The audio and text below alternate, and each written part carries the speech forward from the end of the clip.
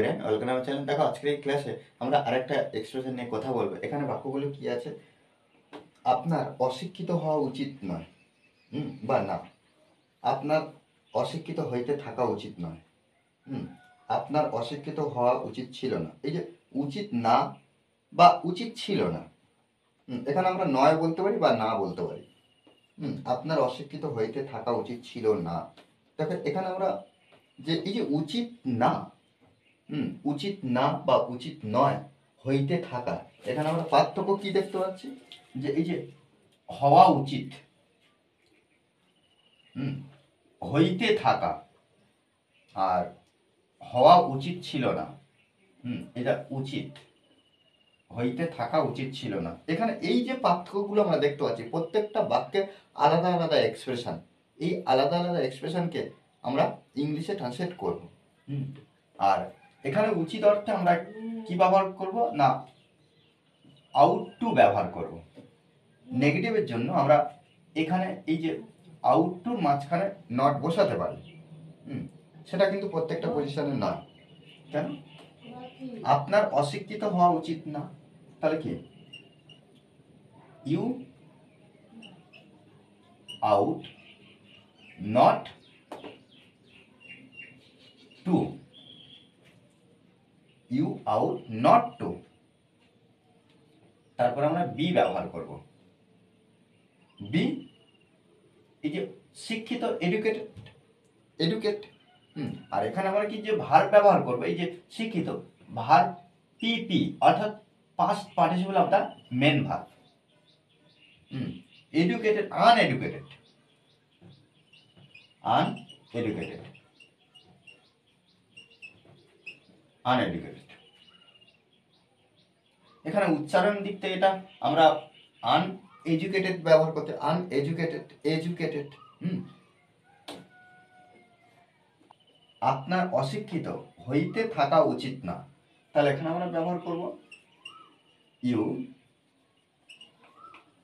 Out not to be. প্রত্যেকবারে এইভাবে করছি। দেখো, এখানে আমরা বি ব্যবহার করছি। You ought not to B.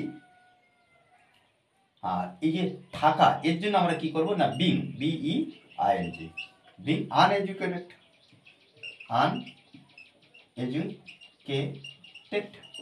ওকে, আপনার অশিক্ষিত হওয়া উচিত ছিল না, you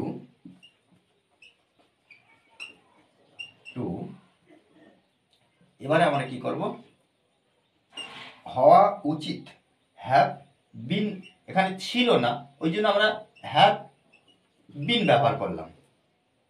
have been, have been uneducated.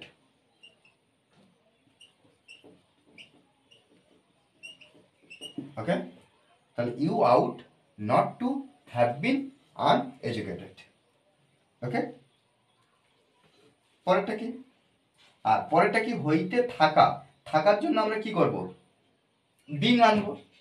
ছিল নার জন্য আমরা হ্যাভ আনবো, যেমন আসছে এখানে। এই যে হ্যাভ বিন যেমন আছে তেমন থাকবে, কিন্তু আমরা কি করব, এই যে থাকার জন্য বিং ব্যবহার করি। কিভাবে বাক্যটা হবে, আপনার অশিক্ষিত হইতে থাকা উচিত ছিল না, তাহলে ইউ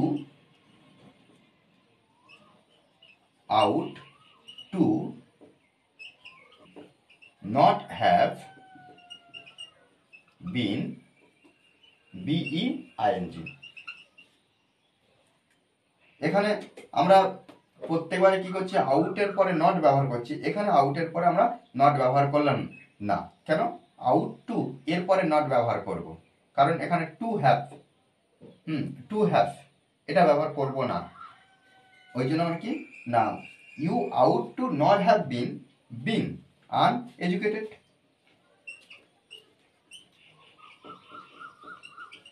ওকে, দেখো, এইভাবে কিন্তু আমাদেরকে প্র্যাকটিস করতে হবে, বারবার আমাদেরকে প্র্যাকটিস করতে হবে। প্র্যাকটিসের বিকল্প নেই। আমরা যত এই ধরনের বাক্য সুন্দরভাবে প্র্যাকটিস করবো, তত আমাদের ইংলিশে ইমপ্রুভ হবে।